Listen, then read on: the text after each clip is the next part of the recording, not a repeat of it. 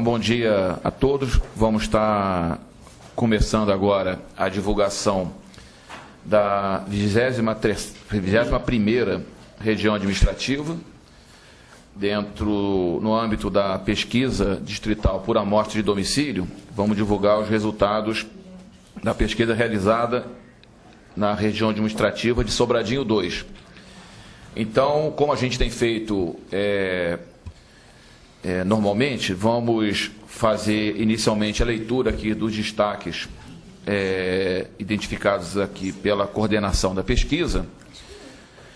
Em seguida, a gente abre para alguns comentários da equipe técnica e, na sequência, passamos a palavra ao administrador regional de Sobradinho 2, o Hamilton, e a gente depois abre para os órgãos de imprensa que estão aqui nessa divulgação.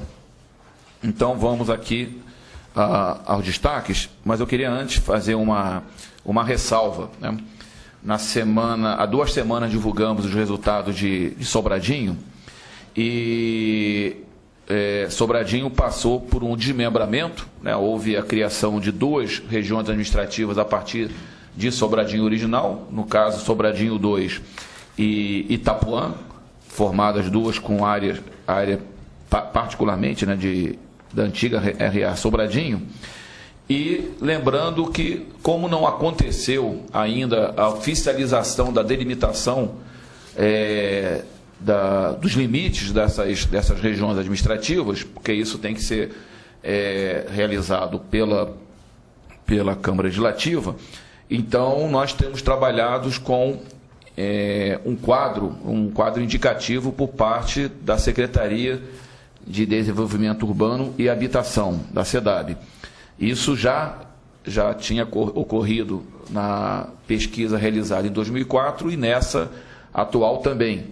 E, obviamente, que isso como não é uma delimitação oficial, isso pode resultar em interpretações diferentes, né? E esse caso de Sobradinho 2, o administrador está a par disso, né? Existe uma posição controversa quanto ao limite efetivo, né, entre essas regiões. De todo modo, né, havendo e aparentemente vai haver essa definição no próximo ano, em 2012, com o envio de um projeto de lei para a Câmara, para oficialização desse limite, nós temos condições de fazer os devidos ajustes, né, e se porventura, né, houver nessa divulgação a necessidade de alguma correção em relação ao enquadramento de determinado condomínio, né, ou bairro numa e noutra região, a gente vai ter condições de fazer esses ajustes. Nossa expectativa, inclusive, é de fazê-lo quando divulgarmos, né, o conjunto, né, das 30 regiões administrativas. Então, acho que essa é uma ressalva importante a ser feita. E temos feito, né, em várias das nossas divulgações. Inclusive, isso, né, essa questão está associado, né, a uma característica que a gente vai, logo na primeira questão destacada nos nossos pontos aqui, de destaque, a população estimada para 2011 de 105.363 habitantes, que pressupõe uma taxa de crescimento anual de 5,6%, que é mais que o dobro da taxa verificada no Distrito Federal, né, em período similar, e, na verdade, é reflexo disso, né? Sobradinho 2 é uma região, por possuir uma quantidade grande, né, de condomínios, tem passado por um processo de expansão populacional muito acelerado. Destacamos também a proporção de homens de 47,7% em relação às mulheres, 52,3%, o que dá né, uma relação homens-mulheres da faixa de 90 para 100, que é muito próximo da observada na média do DF. A proporção de idosos, 10,6%, aqueles acima de 60 anos, né, acima da média verificada no DF, de 7,4%. A população de 0 a 14 anos, de 21,9%, nesse caso abaixo da população média, do percentual médio verificado no DF, de 25,5%. o que uma e outra, né, denota, estão associados a um patamar de renda mais elevado. Quanto mais, né, elevada a renda de uma região, maior o percentual de população idosa e menor o percentual de população jovem. As mulheres chefes de domicílio são 26%, né, em 2011. Patamar também próximo à média do DF. Os domicílios são 28.692, um tamanho médio de 3,7. 3,7 ou 4,1? Não, estava errado, 3,7. É 3,7, né? Sim. Tá certo, 3,7, também próximo aí à média do Distrito Federal. População moradora natural do DF, 48,5%, ou seja, 51,5% são constituídos de imigrantes, predominando os originários do Nordeste, né, 48,4%. Os estados mais representativos, dois aqui, um do Sudeste, Minas Gerais, outro do Centro-Oeste, Goiás, mas na sequência Piauí, Maranhão e Bahia, todos da região Nordeste.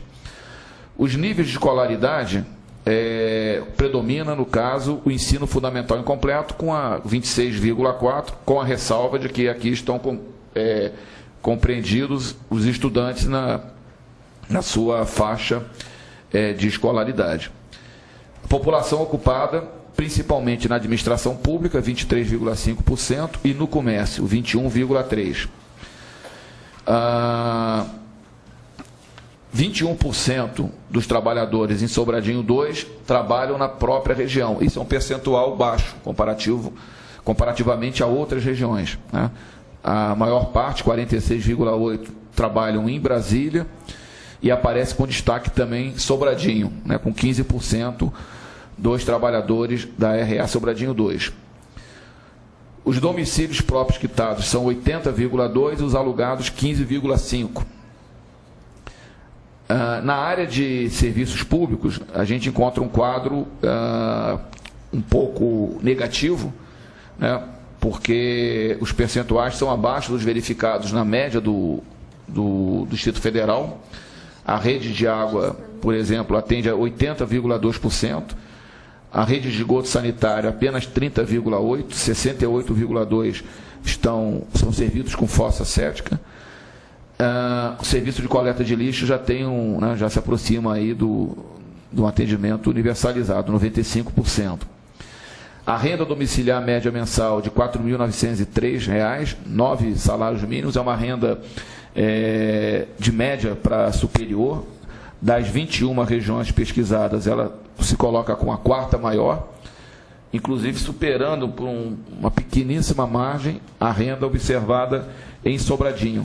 Sobradinho apresentava uma renda de R$ 4.891, né, R$ 12,00 apenas abaixo da observada em Sobradinho 2. A renda domiciliar per capita de R$ 1.342, 2,5 salários mínimos. E aqui alguns indicadores, né, domicílios que possuem automóveis, 67,3%, é um patamar também próximo, né, à média daquelas regiões de renda no mesmo extrato, e domicílios que possuem bicicleta, 30,9%. Eu só queria chamar a atenção, né, para dois aspectos e depois passar aqui para Iraci e para a Mônica. O primeiro é esse, é uma região em franco processo, né, de crescimento, é uma taxa realmente bastante elevada, né, para os padrões já de certa acomodação do Distrito Federal. Não devemos esquecer que a média de crescimento populacional hoje no Brasil está em torno de 1,2% ao ano, né? O DF tem crescido aí praticamente o dobro dessa média nacional, 2,3%, e nesse caso Sobradinho 2, mais que o dobro da média do DF, né? 5,6%. E esse crescimento populacional, talvez ele esteja na origem, né, de algumas situações que a gente identifica na pesquisa, como uma infraestrutura ainda deficitária, né, em termos de rede de abastecimento de água e de esgoto, no próprio quadro de um percentual muito elevado dos domicílios na condição de terrenos não legalizados ou invasões, né. A gente tem aqui 65,4% dos domicílios de Sobradinho 2 nessa condição. É um percentual que entre 21 regiões pesquisadas, só fica abaixo do encontrado em Vicente Pires e no Paranoá. Né? Sim, e estrutural, obviamente. Estrutural e Itapuã são casos bem, né, bem pesados nessa área. De outro lado, a gente percebe, para mim, de forma surpreendente, um patamar de renda bastante positivo. Eu não esperava que Sobradinho 2 apresentasse uma renda média domiciliar acima da observada em Sobradinho, né? Ou da observada no Lucro Bandeirante Taguatinga. Esse é um dado que a mim surpreende. E os próprios, alguns indicadores sociais de escolaridade, né, algumas características do domicílio, são domicílios de uma proporção grande, domicílios de acima de 150 metros quadrados de área construída, ou com um percentual também elevado de domicílios com mais de 3 dormitórios, 3 ou mais dormitórios. Então, são características, né, de regiões que apresentam um patamar de renda de médio para superior, e que isso fica muito claro, né, nas características apresentadas por Sobradinho 2. Eu passo agora na sequência para a Iracy, que ela vai apresentar uma série de outras informações características da região. Além dessas informações todas que o Júlio já colocou, nós precisamos observar que, como não existe ainda uma delimitação, pode haver alguma alteração quando isso acontecer. Mas hoje você observa em Sobradinho 2, uma renda alta, conforme foi dito, mas é uma renda também que temos um assentamento que tem uma renda bastante baixa, e em contrapartida a gente tem condomínios com altíssima renda, com imóveis muito grandes, onde 59% dos domicílios de Sobradinho 2 tem 3 dormitórios ou mais, ou seja, são realmente casas grandes, de tamanho grande. E aí, no caso da renda, o que a gente observa é uma renda, enquanto temos, voltando aqui a página do trabalho, 5,7% da população tem uma renda domiciliar de até um salário mínimo, ou seja, é uma classe, ali na região ainda existe domicílios e pessoas com a classe de renda baixa. Em contrapartida, nós temos 12,3% de famílias que têm uma renda superior a 20 salários mínimos. Ou seja, é uma região de renda alta, porém renda desigual. Você tem todas as classes de renda na região. E é uma região onde as pessoas... tem pessoas morando lá já há algum tempo, mas em contrapartida também temos um percentual significativo de pessoas que estão morando na região recentemente. Além de tudo que já foi colocado, é uma região que merece um olhar dentro do governo na questões das políticas públicas voltadas para a questão da infraestrutura.